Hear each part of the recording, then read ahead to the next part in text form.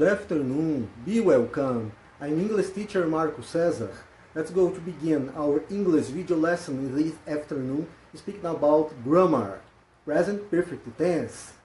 I dedicated this English video lesson this afternoon to all English students from all over Brazil and the world too. Olá, boa tarde, sejam bem-vindos. Sou o professor de inglês Marco Cesar. Vamos começar a nossa videoaula de inglês nessa tarde, falando a respeito de gramática, o tempo presente perfeito. Dedico essa videoaula de inglês nessa tarde para todos os estudantes de inglês de todo o Brasil e de todo o mundo também. Let's go to begin. Vamos começar. Começando nossas aulas sempre pela leitura da data. São Paulo é a cidade. O dia da semana, Saturday. O mês, June. A data na forma ordinal, 12th. O ano na forma cardinal, que a gente lê como duas dezenas, 20, 21. Repetindo. São Paulo, Saturday, June, 12th, 2021. Ok? Então ficou São Paulo, sábado, 12 de junho de 2021. São Paulo, Saturday, June 12th, 2021. I am English teacher Marco Cesar. Sou professor de inglês Marco Cesar. My contacts are, meus contatos são. My YouTube channel, my Facebook and my Instagram are all in my name, estão todos no meu nome, Marco Cesar Silva Costa. My WhatsApp number is, meu número do WhatsApp é 11 967770277. Ok? Então, meu número do WhatsApp é 11 967770277. Ok? English lesson, aula de inglês.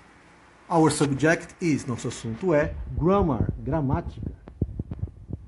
Present perfect tense, tempo presente perfeito. Present perfect tense, tempo presente perfeito. O tempo presente perfeito ele é formado inicialmente, vejam, first verb to have, ok? In the present, no presente, plus second verb, tá? Mais o segundo verbo, tá? Do participle past, no tempo passado particípio, tá?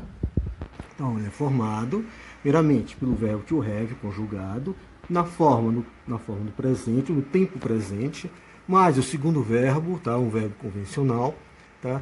Em que tempo? No passado particípio. Por que passado particípio? Porque o passado em inglês, vejam, tem o passado simples, simple past, e tem o participle past, que é uma segunda categoria de passado. Na língua portuguesa, o passado simples em inglês, então vamos dizer assim, tá?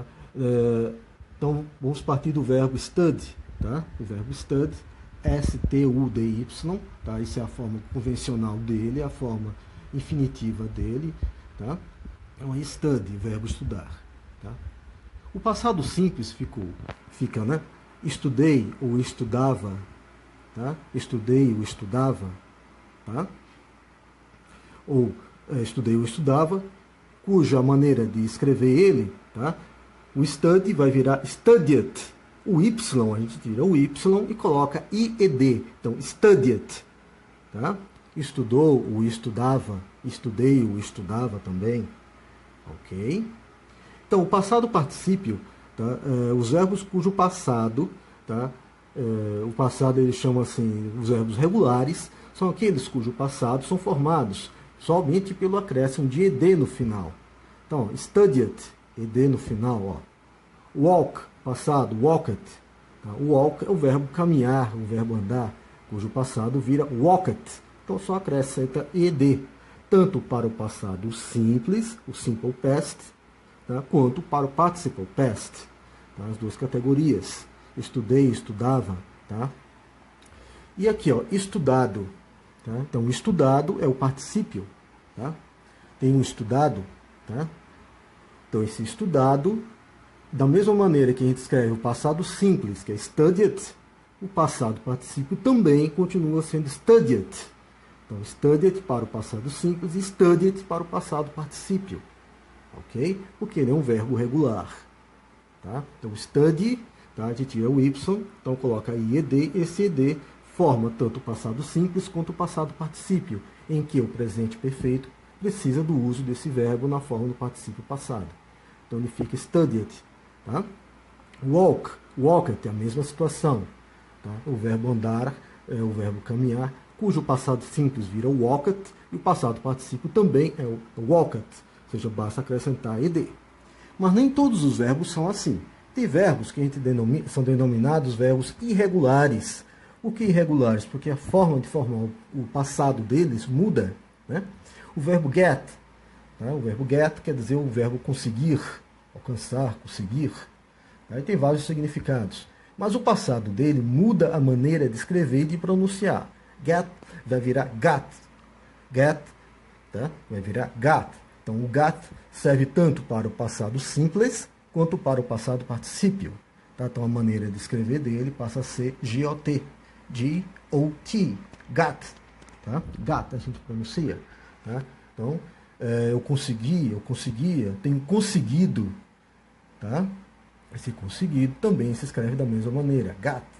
Então, quer dizer, a maneira de escrever e de pronunciar muda. Há casos também, por exemplo, tá? Há casos em que o passado simples vai se escrever de uma forma e o passado particípio se escreve de outra. Também são denominados verbos irregulares. Ok? Vamos ao assunto aqui. Olha. O tempo presente perfeito. Então, olha, eu tenho estudado, você tem estudado, tá? Ele ou ela tem andado, caminhado, nós temos conseguido, tá? Vocês têm conseguido, eles têm conseguido. Então, isso são todas situações de presente perfeito. Vamos analisar a partir da nossa língua. Em inglês, como é que fica? Primeiro, vem o pronome de conjugação. Então, o pronome de conjugação para o singular, nós temos, olha, I, quer dizer eu, e you, que quer dizer você ou tu, ok? Isso são os dois primeiros pronomes de conjugação no singular. Lembrando que esse you também, além de ser singular, ele serve para o plural também. Temos também no singular as terceiras pessoas. Quais são as terceiras pessoas do singular? He, she e it. He, para ele, homem, masculino. She, ela, mulher, feminino. E o it é ele ou ela, só que para seres inanimados. Coisas, objetos, animais, orações sem sujeito também. Ok? Então vamos ver aqui. Então, eu tenho aqui I have studied. Tá? I have studied. Eu tenho estudado. Eu tenho estudado. Se em vez de dizer I, eu dissesse you, você ou tu, ficaria como you have studied. Ou se não, tá? Quer dizer, você tem estudado. Ok? Você tem estudado. Se eu não quiser dizer, falar ou escrever, have, eu posso simplificar o apóstrofo VE, o apóstrofo VI, ok? Então, ó, I've studied. I've studied. Então, eu posso simplificar o have dizendo vi, I've studied. Ou ainda, you've studied. Tá? Então, ó, primeira pessoa eu vai ficar I have studied. Ou you have studied. O I have studied, eu posso dizer I've studied. Se for you, you've studied. Tá? Então, eu tenho estudado, se for para I, eu, e se for você ou tu, tá? Você tem estudado, ok? Você tem estudado, ok? Então, primeira e segunda pessoa do singular, ok? Agora vamos para a terceira pessoa do singular. He, she e it. Tá? Então, se for he, já nesse caso, tá? A conjugação do verbo have já muda um pouco. O have a gente somente utiliza com I e you no singular e depois com as pessoas no plural. We, you e they, que a gente vai utilizar have ou vi, tá? VE, apóstrofo VE. Quando é a terceira pessoa do singular, he, she e it, a gente vai, ao invés de dizer have, a gente vai dizer has. Has, a gente escreve it, S, H-A-S, a gente escreve, tá? Também pode ser simplificado como apóstrofo S, ok? Então, ó, como é que vai ficar? Ó? He has walked, ou she has walked, ok? Ou ainda, it has walked, ok?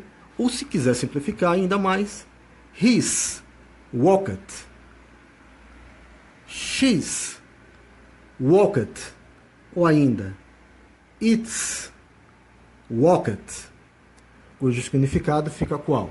Ó, ele masculino tem andado ou caminhado, ela feminino tem andado ou caminhado, ele ou ela inanimado, né, tem andado ou caminhado. Tá? Todas essas três situações, esses três pronomes constituem, tá, a terceira pessoa do singular, ok? O verbo andado ou caminhado, tá, que faz parte do verbo walk, que é andar ou caminhar. Lembrando que em inglês, walk é caminhar ou andar, passo a passo, né, os pés. Se fosse andar de transporte, aí já muda o verbo, passa a ser ride, R-I-D-E, ok? Então, essas situações que eu expliquei, I, you, he, she, it, constituem o singular. Então, o have, tá, escrito por extenso, ou VE, é usado para I e you no singular. Tá? E depois, agora, para o plural. Tá? O I, you e they, a gente vai voltar a utilizar o have ou o VE. O have nós chamamos de linguagem formal, que é aquela linguagem completa, por extenso. E o VE, a linguagem informal, aquela prática do dia a dia. Tá? Então vamos para o plural agora. We, quer dizer nós. You, vós ou vocês. They, eles ou elas, ou eles e ou elas inanimado. Então ó, ficou nós, vocês ou vós, eles ou elas inanimado. Porque o they, ele é o plural de ele ou ele é o plural de he, masculino, é o plural de she, feminino, tá?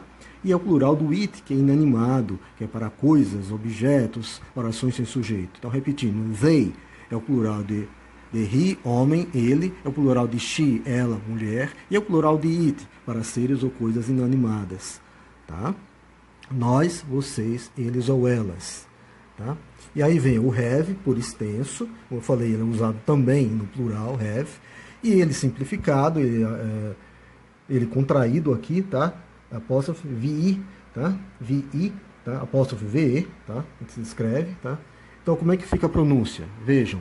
We have got. We have got. Depois, you have got. Ou ainda, they have got. De novo. Agora vamos simplificar. We've got. Depois, you've got. A mesma pronúncia da segunda pessoa do singular que nós lemos antes. Tá? E depois, por último, they've got. They've got. Então, ó, we have got. You have got. They have got. Ou simplificando, we've got. You've got. E ainda, they've got. Lembrando que, né, o have, por extenso, ele constitui a linguagem formal. E o VE é a linguagem formal. Por que linguagem formal? É aquela linguagem teórica, a linguagem por extenso, documental. Tá? E o VE é a linguagem formal do dia a dia, que a maioria das pessoas falam, né? Como é que fica em português? Então vejam, nós temos conseguido, we have got ou we've got. Depois, vocês ou vós têm conseguido, vocês ou vós têm conseguido. Então fica como? You have got. Ou se não, you've got.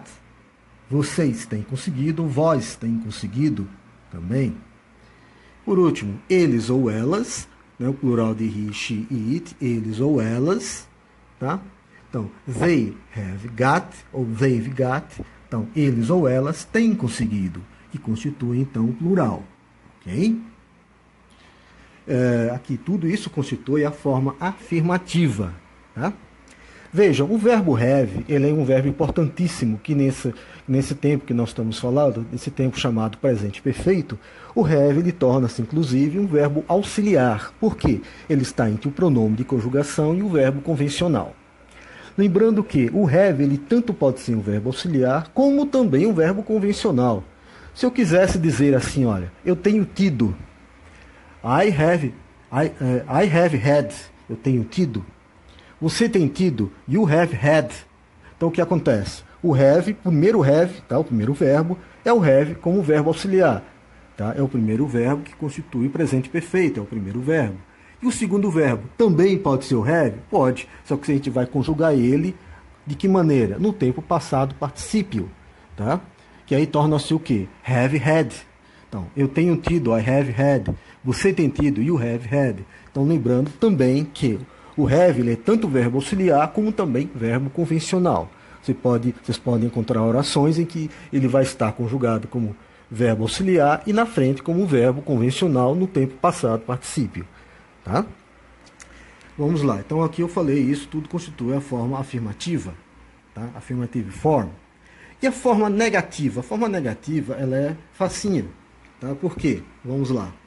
Vejam, a forma negativa. I, you, we, you, they haven't, ou ainda have not, ou ainda we not studied. Então como é que fica? I, you, no singular, e no plural, we, you e they. Então, para formar a forma negativa, haven't, ou se não, have not, ou ainda we not studied. Então eu posso dizer, ó, I haven't studied, ou I have not studied, ou I've not studied, you haven't studied, you have not studied, ou you've not studied, e assim por diante. Agora, e no caso, tá, e se for o plural, we haven't studied, we have not studied, they have not studied, tá? Ou se não, we've not studied, you've not studied, they've not studied, ok? Para formar a forma negativa, tá? E se for a forma negativa na terceira pessoa do singular, he, she e it, então vai ficar como? He, she, it hasn't, ou has not, ou is not, has not studied. Então, como é que vai ficar? He hasn't studied. She hasn't studied. She hasn't studied. Ou ainda, it hasn't studied. Ou ainda, it hasn't studied. E vem então as simplificações. Ó. He has not studied, a linguagem formal. She has not studied, ou ainda, it's not studied. Ok? Continuando, então essa foi a forma negativa. Tá? Então, eu não tenho estudado, você não tem estudado, eles não têm estudado. Então, a única diferença é o acréscimo do not, ou do haven't, simplificando, ou do we not, ou is not, tá? De acordo com o caso. Tá? Você tem três maneiras, haven't, have not, ou we not. Ou se for terceira pessoa, has not, is not, ou hasn't, mais prático. Vamos para a forma interrogativa, interrogative form, forma interrogativa. Olha, como é que fica? A gente vai colocar o have ou o has antes do pronome de conjugação. Então fica como? Have I, have you, have we, have you, have they, walked, por exemplo. Tá? Eu tenho, você tem, nós temos, vocês têm, eles têm andado ou caminhado, né? Então, simplesmente colocar o verbo have na frente. E o verbo have na frente, antes do quem? Antes do pronome de conjugação. Have antes de I, have antes de you, have antes de we, o have antes de you, e o have antes do they. E depois o segundo verbo, walked. E se for a terceira pessoa do singular, vejam, essa situação do have, que eu li agora há pouco, é para as duas pessoas do singular e as demais pessoas do plural. Ok? E agora o has, nós vamos utilizar somente antes das terceiras pessoas do singular. Então vai ficar o quê? Has he, has she, has it got, por exemplo. Então, ele tem, ela tem, ele ou ela tem conseguido. Has he, has she, has it got, ok? Simplesmente colocar o has conjugado antes dos pronomes de conjugação. He, she ou it. E depois o verbo no passado particípio, aqui no caso o got. Ok? Por último, negative interrogative form. Negative interrogative form. Essa última que eu li é a forma interrogativa, interrogative form. Tá? E agora, forma interrogativa negativa. Então vejam bem, vamos lá. Se a forma negativa antes nós líamos I haven't ou he hasn't, tá? Então haven't ou have not tá antes do pronome de conjugação, tá? Porque a forma interrogativa é a única coisa que é negativa, né? Então, veja bem, o que era have tá na forma interrogativa vai ficar como haven't. Então haven't I, haven't you, haven't we, haven't you de novo, haven't they, ok? Studied, tá? Eu não tenho estudado, você não tem estudado, nós não temos estudado, né? Vocês não têm estudado, eles não têm estudado. Tá? Então, haven't, tá? Que é a forma mais prática, ou então a forma formal, have not. Tá? Então, have not I studied, have not you studied, tá? Have not we studied, have not you studied, have not they studied. Tá? Então, dessa maneira a gente monta, tá? Uma pergunta na forma interrogativa negativa usando o presente perfeito. Tá?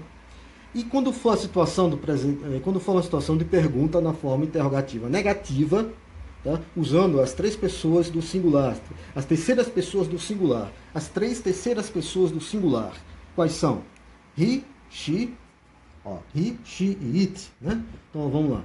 Hasn't, como eu falei. Então, hasn't ou has not. Hasn't ou has not. He, she ou it. Aí depois o verbo got. Então, hasn't he got? Ou has not he got? Ou ainda, hasn't she got? Ou ainda, hasn't it got? Ou então, essa é a linguagem prática do dia a dia. A linguagem formal. Has not he got? Has not she got? Ou ainda, has not it got? Ok? Então ficou haven't I, haven't you, haven't we, haven't you, haven't they studied? Ou seja, eu não tenho estudado, você não tem estudado, nós não temos estudado, vocês não têm estudado, eles não têm estudado. Ok? Em português. Depois, o haven't sempre antes do I, you, we, you e they. Ou seja, duas pessoas do singular e as três pessoas do plural. We, you e they. E o has, no caso aqui o hasn't, né? Ou has not, antes apenas das três pessoas do singular. As três terceiras pessoas do singular. Quais são as três pessoas do singular? He, she e it. Ele, homem. She, ela, mulher. It, o inanimado. Ele ou ela. Então vai ficar, olha. Hasn't ou has not. He, she ou it got. Tá? Hasn't he got? Tá? Hasn't he got? Hasn't she got? Hasn't it got? Ou has not he got? Has not she got? Ou has not it got? Tá? Ou seja, ele, homem, ela, mulher, então, ele não tem conseguido, ela não tem conseguido, ele ou ela não tem conseguido, ok? E para terminar, nós desejamos we wish for you, nós desejamos para vocês, for all of you, para todos vocês, a Happy Valentine's Day, ou seja, um feliz Dia dos Namorados. Dia dos Namorados em inglês nós dizemos Valentine's Day. Então, a Happy Valentine's Day, a Happy Valentine's Day. Vejam, eu tenho aqui o caso genitivo, o apóstrofo S.